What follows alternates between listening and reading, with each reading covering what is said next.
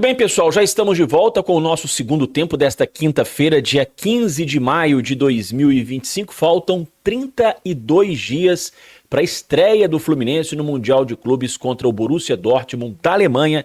E a gente chega a partir de agora para falar ainda sobre Campeonato Brasileiro, porque domingo já tem jogo contra o Juventude. Então vem com a gente que tem muita informação a partir de agora. Está no ar o canal Ligados no Flu, o canal de notícias da torcida tricolor, com a apresentação do jornalista Rodrigo Dias.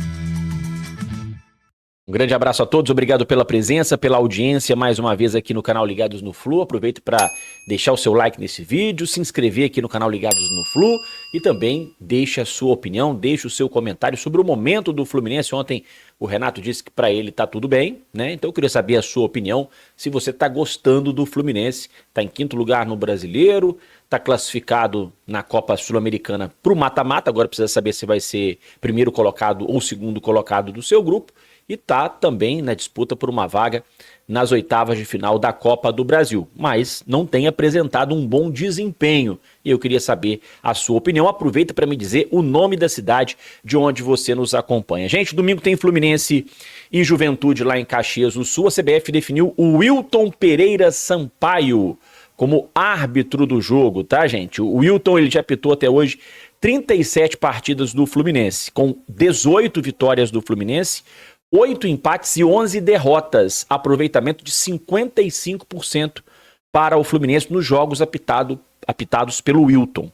Só que tem um detalhe, como visitante, nas vezes em que o Wilton foi o árbitro e o Fluminense era visitante, que é o caso de domingo, né? O jogo vai ser em Caxias do Sul, o aproveitamento do Fluminense cai para 39%, tá? Se a gente pegar um recorte dos últimos 5 jogos apitados pelo Wilton Pereira Sampaio, o Fluminense tem um aproveitamento bom, tá? São 3 vitórias, 1 empate e 1 derrota. Inclusive, a última partida que ele apitou do Fluminense foi neste Campeonato Brasileiro, vitória por 2-1 sobre o Bragantino, aquele gol do Martinelli no último lance da partida.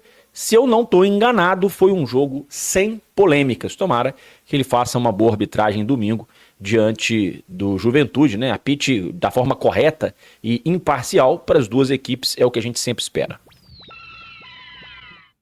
Só que domingo, gente, o Fluminense vai ter o tabu para quebrar, tá? Um tabu de décadas. Há 20 anos, eu disse 20 anos, o Fluminense não sabe o que é vencer o Juventude lá em Caxias do Sul. Tá? A última vitória do Fluminense lá, a última não, a última e a única, porque o Fluminense não ganhou mais lá, só ganhou uma vez, foi no Brasileirão de 2005. Se lembram daquela confusão de arbitragem, que teve jogo remarcado? Então, o Fluminense tinha perdido para o Juventude, por 2-0, se eu não estou enganado, e aí remarcaram esse jogo. O jogo foi refeito, e aí o Fluminense ganhou por 4-3, inclusive com o Petkovic fazendo o gol da vitória do Fluminense, da virada do Fluminense. O Fluminense perdia o jogo por 3-1, se eu não estou enganado, e aí foi buscar a reação, ganhou o jogo de forma milagrosa por 4-3, o Petkovic jogou demais e o Fluminense acabou vencendo o jogo. Acho que Adriano Magrão também fez gol, enfim, o Fluminense ganhou aquele jogo por 4-3 e foi a única vitória. Foi a única vitória do Fluminense lá em Caxias do Sul em 17 jogos disputados até hoje lá na cidade de Caxias do Sul, no estádio Alfredo Jaconi. 17 jogos, apenas uma vitória do Fluminense, 5 empates e 11 derrotas. O aproveitamento do Fluminense lá no Alfredo Jaconi, gente, é de apenas, acreditem, 15%. Um clube do tamanho do Fluminense tem um aproveitamento de apenas 15% contra o Juventude, lá no estádio deles. É um aproveitamento muito pequeno, não dá para passar despercebido, tá? E nesse momento, o Juventude, ele é apenas o 18º colocado do Campeonato Brasileiro. Tem 7 pontos, o Fluminense é o 5º, com 13. O Juventude tem 2 vitórias, 1 empate e 5 derrotas.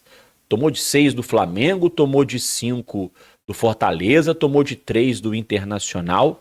tem o terceiro pior ataque do Campeonato Brasileiro, somente 7 gols marcados, e a pior defesa, sofreu 20 gols até agora o Juventude, e vem de 3 derrotas consecutivas. Devemos ficar preocupados com esses números do Juventude, porque quem conhece, né, um pouquinho de Fluminense sabe que esses adversários, esses que estão em dificuldade, que estão lá embaixo na tabela, que estão perdendo para todo mundo, que tem o pior ataque, pior defesa, a gente sabe que esses são os piores adversários para o Fluminense. Né? Quem entende de Fluminense, quem conhece de Fluminense, sabe que esses são os piores adversários para o Fluminense. Tomara, né, que domingo o Fluminense espante logo essa zebra, vença o seu jogo, vá a 16 pontos, continue na parte de cima da tabela, nessa partida que eu considero difícil, tá? A gente olha pra tabela assim e fala, mas a Juventude tá lá embaixo. Cara, vocês viram aí todo o retrospecto que eu trouxe. Eu considero o jogo difícil e o Fluminense vai estar muito desfalcado. Mesmo assim, acredito que o Fluminense tem condições, tem time para chegar lá em Caxias do Sul e ganhar o jogo. Mas tem que jogar, né, meu amigo? Tem que jogar, tem que propor jogo, não pode se acovardar, não pode jogar com medo, não pode jogar igual o Renato lá em Belo Horizonte. Já acabou o jogo, 42, 43, acabou o jogo. Não, o jogo não acaba aos 43. O jogo só acaba quando o juiz apita o final. Né? Como diria o filósofo, o jogo só acaba quando termina. Né? Vamos dizer assim. Então, o jogo não acaba aos 42. E o Renato fez isso no primeiro tempo, fez isso no segundo tempo. Gente, o jogo já acabou. O jogo já acabou. Não pode jogar assim. Domingo o Fluminense tem que jogar como time grande. Como time que tá brigando na parte de cima da tabela. O Renato ontem não estufou o peito para dizer que o Fluminense é o 5º colocado do Campeonato Brasileiro. Então tem que chegar no domingo e jogar como 5º colocado contra o 18º. É o mínimo que a gente espera do Fluminense para acabar com esse tabu de 20 anos sem ganhar do Juventude lá em Caxias do Sul. E o técnico Renato Gaúcho vai ter que mexer de novo no time, porque tem desfalques. Canóbio, que ontem sofreu uma fratura na face, o Canóbio vai passar por cirurgia no próximo sábado, informação trazida pelo site GE. E como eu antecipei aqui no canal Ligados no Flu mais cedo, depois que o Canóbio puder voltar a treinar e jogar, ele vai ter que utilizar uma máscara de proteção. Eu trouxe essa notícia hoje aqui no canal Ligados no Flu, para quem acompanhou, né? Deve se lembrar, e para quem não acompanhou, estou reforçando essa informação agora. E talvez ele tenha condições, sim, de jogar o Mundial de Clubes, tá bom, gente? Agora, quem deve estar sendo reavaliado nesse momento, na hora que eu estou gravando esse vídeo, é o Keno, que ontem o Renato disse que o Keno, durante a partida, ele sentiu um desconforto, pediu para ser substituído, o Keno que entrou no decorrer do jogo. Ele pediu para ser substituído no final do jogo, da partida, e por isso ele vai ser reexaminado. O Keno que acabou de voltar de lesão. Ele, né, ficou de fora aí 2, 3 jogos, retornou contra o Atlético Mineiro, estava no banco de reservas, ontem acabou entrando no comecinho na vaga do Canóbio, e pode ser que o Keno seja de novo desfalque no Fluminense. Uma pena, porque assim, é um jogador que tem qualidade. O Keno é um jogador que tem qualidade. Mas o que tem atrapalhado dele é essa falta de sequência, porque, né, ele se machuca muito, tá sempre no departamento médico. E isso acaba, claro, né, prejudicando a sequência do jogador. E aí, se o Keno não puder jogar, gente, as opções de velocidade pro ataque do Fluminense são apenas Serna e o Paulo Baia. Tem o Lavega também, mano. O Lavega tem sido pouco utilizado. Quem talvez seja relacionado pela primeira vez com o Renato Gaúcho é o Riquelme. Ele vem treinando forte nos últimos dias, está em fase final de preparação e pode ser novidade na lista de relacionados do Fluminense para esse jogo de domingo. Se o Riquelme puder jogar, seria fantástico, até para ele começar a ganhar ritmo, né, às vésperas aí do Mundial, faltando, né, como eu disse, 32, 33 dias para a estreia do Fluminense contra o Borussia Dortmund. É um jogador importante, que é um jogador que pode ser aquele componente surpresa nesse time do Fluminense, né? Porque ele fez um bom campeonato carioca e depois se machucou e agora, né, tomara que o Riquelme possa voltar e eu tenho certeza que quando estiver bem vai ajudar muito o Fluminense, tá? E quem retorna ao time no jogo de domingo é o Thiago Silva. Renato Gaúcho, inclusive, gente, ele disse na entrevista ontem né, depois do jogo, que o Thiago queria jogar ontem. Só que ele, Renato, falou, não, vai jogar não. Vamos te preservar, você teve que jogar, né, no gramado sintético, então não vai jogar não. Domingo tem compromisso com o Juventude. Renato, então, né, dizendo que ontem ele vetou a participação do Thiago Silva. Quer ver só? E eu confio em todos eles. Então, eles, no bom sentido, que briguem pela posição. Mas, muitas vezes, mesmo o cara bem, o cara não pode jogar, muitas vezes, no próximo jogo, porque ele está muito desgastado. Se ele entrar em campo, ele vai querer jogar. Foi o caso do Thiago Silva. Ele queria jogar hoje. Falei que não.